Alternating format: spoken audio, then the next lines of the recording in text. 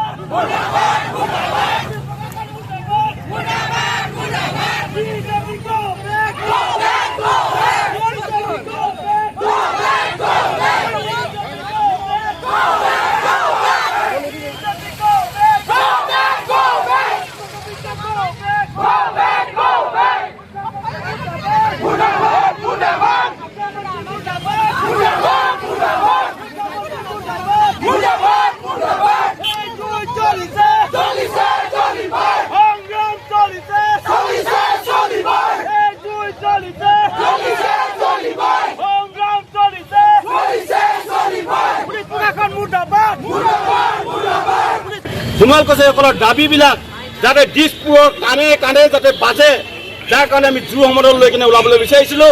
কিন্তু জুই আমাক জ্বলাব দিয়াৰ আগতে পুলিচ প্ৰশাসনে কিন্তু আমাক নুমাই দিছে। তেওঁলোকে আমাক জ্বলাব দিম বুলি কৈছিলে। তেওঁলোকে তোমালোকে জ্বলোৱা, মাত্ৰ জ্বলোৱা, শান্তিপূৰ্ণভাৱে জ্বলোৱা বুলি আমাক কৈছিলে, কিন্তু তেওঁলোকে আমাক ধোকা দিছে। সেইকাৰণে আজি ইয়াৰ পৰা আমি জনাব বিচাৰিছোঁ, এতিয়া পুলিচগিৰি চলিছে, পুলিচগিৰি। ইয়াত জনতাৰ চৰকাৰ নাই চলা, পুলিচগিৰি চলিছে।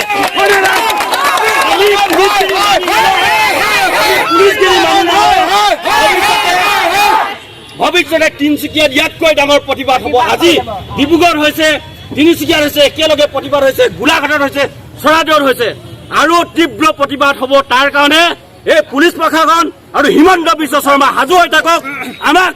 আমাৰ এই দাবী প্ৰতিবাদক আমি তেওঁলোকে মষিমূৰ কৰিবৰ কাৰণে সাজু হৈ থাকক। যদি দম আছে যে আজি সকীয়াই দিছোঁ। আজি বিশেষভাৱে তিনিটা দাবী লৈ কেনে আজি এই সংগ্ৰামী কাৰ্যসূচী, প্ৰতিবাদী কাৰ্যসূচী আমি আৰম্ভ কৰিছোঁ।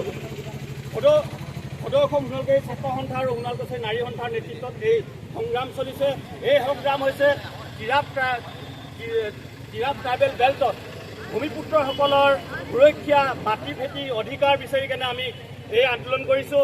যেতিয়ালৈকে ভূমিপুত্ৰসকলৰ অধিকাৰ তাত সাব্যস্ত নহ'ব, তেতিয়ালৈকে এই আন্দোলন চলিম।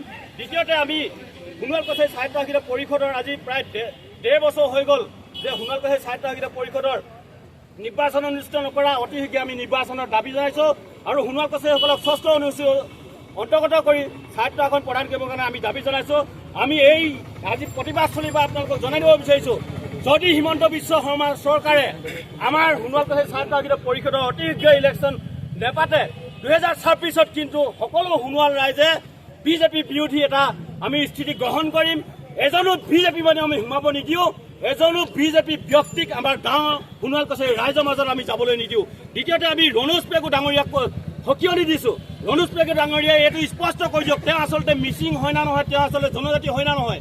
আৰু যদি তেওঁ মিচিং হয় বা তেওঁ যদি আজি জনজাতি মন্ত্ৰী হয় তেওঁ কেৱল মিচিংসকলৰ মন্ত্ৰী, তেওঁ সোণোৱালৰ মন্ত্ৰী নহয়, যাৰ কাৰণে আজি তেওঁলোকে সোণোৱাল কছাৰী স্বায়ত্তশাসিত পৰিষদৰ নিৰ্বাচন অনুষ্ঠিত কৰা নাই। তেওঁ নিজৰ দুখৰ কাৰণে কেৱল আজি মিচিং স্বায়ত্তশাসিত পৰিষদৰ নিৰ্বাচন অনুষ্ঠিত কৰিব পৰা নাই, যিটো দুখ ঢাকিবৰ কাৰণে সমান্তৰালভাৱে সোণোৱাল কছাৰী স্বায়ত্তশাসিত পৰিষদৰ তেওঁলোকে নিৰ্বাচন অনুষ্ঠিত কৰা নাই।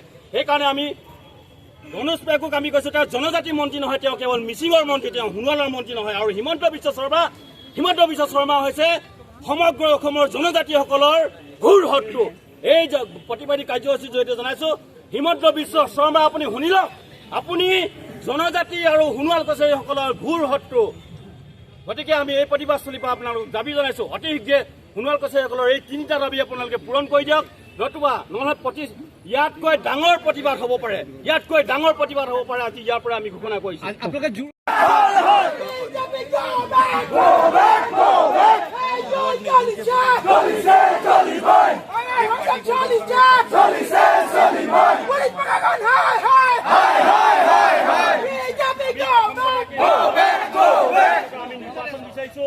গণতান্ত্ৰিক এখন চৰকাৰ আমাৰ চলি আছিলে সোণোৱাল কছাৰী স্বায়ত্তশাসিত পৰিষদত।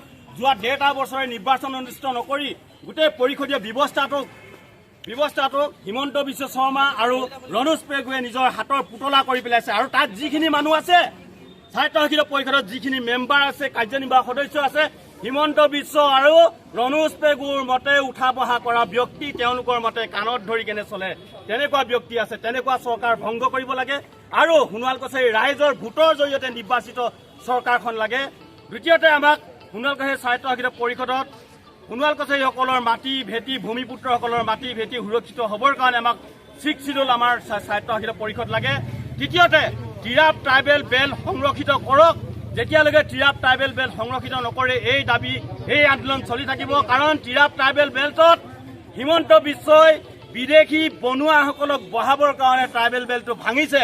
বিদেশী বনুৱাসকলক তেওঁ তাত মাটি কিনিবৰ কাৰণে, তাত কয়লা খনি কিনিবৰ কাৰণে তেওঁ এই তিৰাপ ট্ৰাইবেল বেল্ট ভাঙি দিছে। এইটো আমি কেতিয়াও সহ্য নকৰোঁ। আমি ভূমিপুত্ৰসকলৰ মাটি ভেটি সুৰক্ষা নোহোৱালৈকে এই আন্দোলন চলিব। হিমন্ত বিশ্ব শুনি লওক, 26ত আপোনাক যদি আমি বাগৰাব নোৱাৰো। সদায় সোণোৱাল কছাৰী জাতনে জিন্দাবাদ, জিন্দাবাদ। এই যুঁজ জ্বলিছে। আচলতে এই জোৰ সমদল কিহৰ কাৰণে, কি সকিয়াই দিব বিচাৰে? এই চৰকাৰ জনজাতি বিৰোধী এখন চৰকাৰ। এই চৰকাৰখন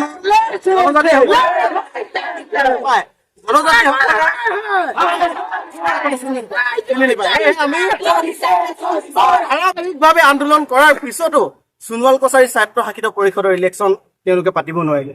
যোৱা 1.5 বছৰ তেওঁলোকে কাৰ্যকাল শেষ হৈ যোৱাৰ পিছতো কিন্তু ইলেকশ্যন অনুষ্ঠিত নকৰে। আৰু দ্বিতীয় আমাৰ দাবীটো হৈছে তিৰাপ ট্ৰাইবেল বেল এণ্ড ব্লকত তেওঁলোকে যি হঠকাৰী সিদ্ধান্ত ল'লে, কেবিনেট সিদ্ধান্ত, সেই সিদ্ধান্ত আমাক যেতিয়া ৰণোজ পেগুৱে গুৱাহাটীলৈ মাতি পঠিয়াইছিল, তেতিয়াই ৰণোজ পেগুৱে কৈছিল যে তোমালোকৰ যি জাননী প্ৰেৰণ কৰা হ'ব, জাননীটো তোমালোকৰ লগত আলোচনা নকৰাকৈ কেতিয়াও কৰা নহ'ব। কিন্তু তাৰো ৰণোজ পেগুৰ জনজাতি মন্ত্ৰী ৰণোজ পেগুৱে বিশ্বাসঘাতকতা কৰিলে। সেইকাৰণে আমি ৰণোজ পেগু ডাঙৰীয়াক ক'ব বিচাৰিছো যে তেওঁ আচলতে জনজাতিসকলৰ কোনোবাখিনিত নহয় চাগে। তো গতিকে ৰণোজ পেগুৱে এটা কথা জনা ভাল যে জনজাতিসকলৰ কথা যদি তেখেতে দায়িত্ব ল'ব নোৱাৰে, তেতিয়াহ'লে জনজাতীয় মন্ত্ৰী হিচাপে তেওঁ পদত্যাগ কৰিব লাগে। এই কথাখিনি আমাৰ আজি এই প্ৰতিবাদী স্থলীৰ পৰা স্পষ্টভাৱে আমি দাবী জনাইছো। আৰু যদি তেওঁ জনজাতিসকলৰ হিতৰ কাৰণে কাম কৰিব নোৱাৰে, তেন্তে জনজাতিসকলৰ মন্ত্ৰী হৈও তেখেতে থাকিব নালাগে।